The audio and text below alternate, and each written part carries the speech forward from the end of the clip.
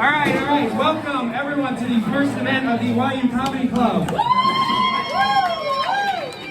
And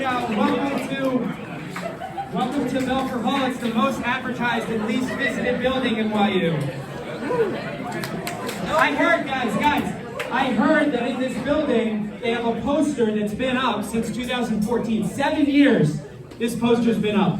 Which makes me think, if we really looked around this building, what else could we find? Maybe we find some like YC notes from the 90s. Maybe like a Nowhere But Here poster. Maybe, if we looked hard enough, we could find the $7 billion Bernie Madoff stole from YU. We have some great iconography here. Is anyone else a fan of those quote posters, with the old politicians? I don't know, to me I love them because those quote posters, they seem so bulky and unnatural, the kinds of quotes that they have. Is this working? Yes, okay. JFK's quote, right? Talking about these quotes. JFK's quote goes, "Yeshiva University is a beacon of hope for the world, and everyone should go here, and it's the most amazing thing." And it makes me think, like, maybe he just said, "Yeshiva University is great," and then, he left. And they were like, "Well, come on, Kennedy, we need a poster's worth, damn it. We need something here." And he was like, "No, that's all I have to say." And that's when YU killed him.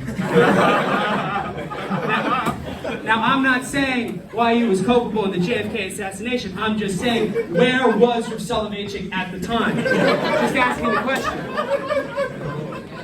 Now, since I wrote that joke, they actually took the Kennedy poster down, covering their tracks. And now we have these things. We have the core Torah values. Do you guys know we have some core Torah values? I didn't know we had this. Apparently there are 5 core Torah values. Just 5. Everything else you can throw in the trash. What they are, these are the 5 values YU wants. It's truth, 1, life, infinite human worth, 3, 4 is compassion, and 5 is we only had enough money for 4. Anyway, we're here in person at YU. It's great. Start of the year was great. We got here, we had that barbecue, we met people. Felt like COVID was over for like 2 days. And then the faculty started complaining. You guys read the commentator.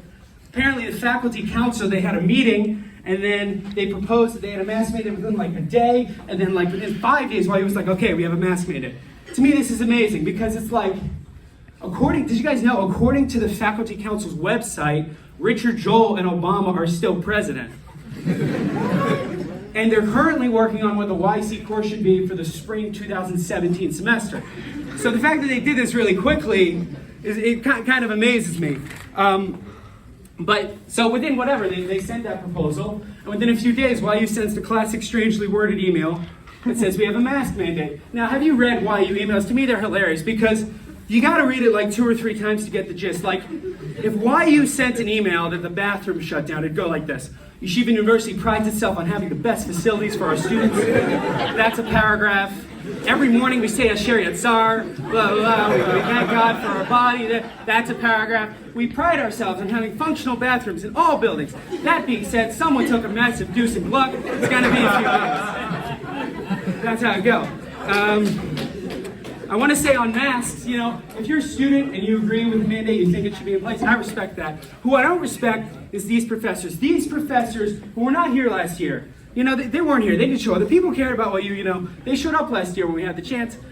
And the rabbis and professors who showed up last year, the rabbis and professors who cared, they showed up last year and got COVID like men. Now these professors, they're still scared of getting it. It's like, my rabbi had COVID like 3 times last year. Come on. Now we have twice a week COVID testing.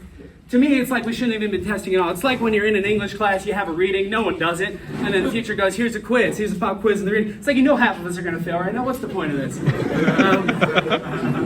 We got a great crowd here. We got YU people, we got Stern people. Having Stern people here, that makes this a co-ed event. Co-ed events at YU are very strange to me, and everyone makes a big deal about everything co-ed. You go to Stern for Shabbos, oh boy, look at this guy, he's going to Stern for Shabbos, oh my gosh. You take the shuttle, oh, that's not just a shuttle, that's the shit of shuttle, bro. Whoa, look at this guy, oh my God. You go to Rite Aid, female cashier asks you, "Do you have a Rite Aid card?" Look at this player, oh my goodness. So, to me, it's always like people build this up like it's such a big thing. Like what I feel like happened on the shuttle is that one person met another person one time on the shuttle. And if you think about it, how many people does one guy and one girl knows? I mean, a story like that, it's like COVID and YP, it just spreads, you know? And like, so then, like, I'm just waiting for, like, someone to meet in the dumpster behind Belfour Hall, and then they're like, you gotta sign up to be the garbage man, you can find a great shitter. Anyway,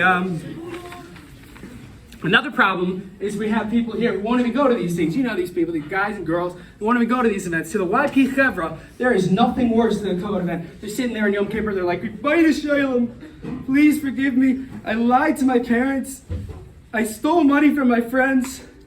And I went to ping pong night in First Hall. Forgive me. Like, that's the biggest sin for them.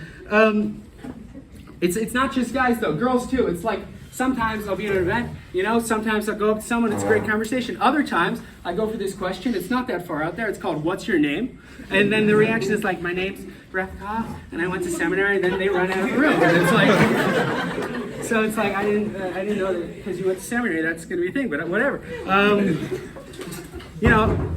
So to review, code events, they're made out to be too big a deal. YP guys don't go. Some girls it's hard to talk to, whatever. So what's our solution? Our solution to me is the Koffsky-YU Comedy Club, because we have to stomp out the stigma of co-ed events. Yes, familiar with the phrase. Yes, way less important than stomping out all the other stigmas, but nonetheless moderately important. So tonight, sit back, relax, and if you don't meet anyone here tonight, there's always the Rite Aid girl. I hear she's looking. Anyway, so along with creating a nice co-ed space, I want this to be a nice creative space. So there's just a few ground rules. We have a ton of people here. I'm really want to have a round of applause.